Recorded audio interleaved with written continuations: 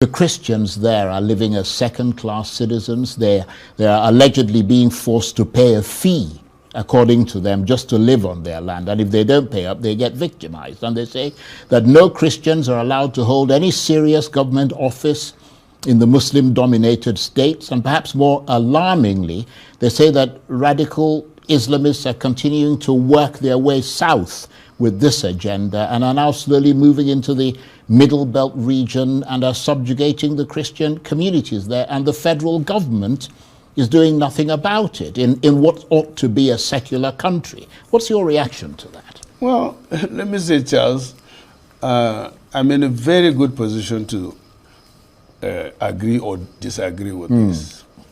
I think I told you that my family are half Christians and half Muslim. Yes, you did. In the sense that my mother, and you know, to me, before the death of my two parents, father and mother, to me, and to, based on my religion, number one to me in this whole world is my mom, followed by my father. That's what my religion says. Our prophet was asked, who is most important to you? He said, your mother. And the person said, after the mother, he said, your mother.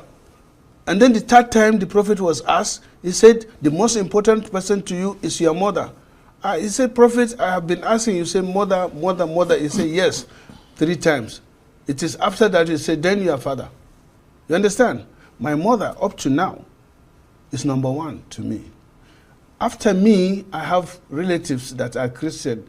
Diana, David, all are we are of the same mother, but different father. My father, my stepfather brought me up.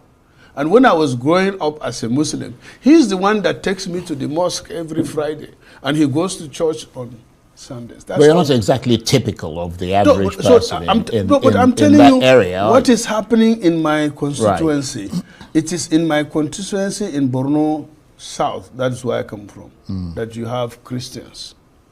But other zones of Borno Central and Borno North are predominantly Muslims. Right. And let me tell you, Charles, these 2 zones that I mentioned to you in Borno State are most affected by Boko Haram.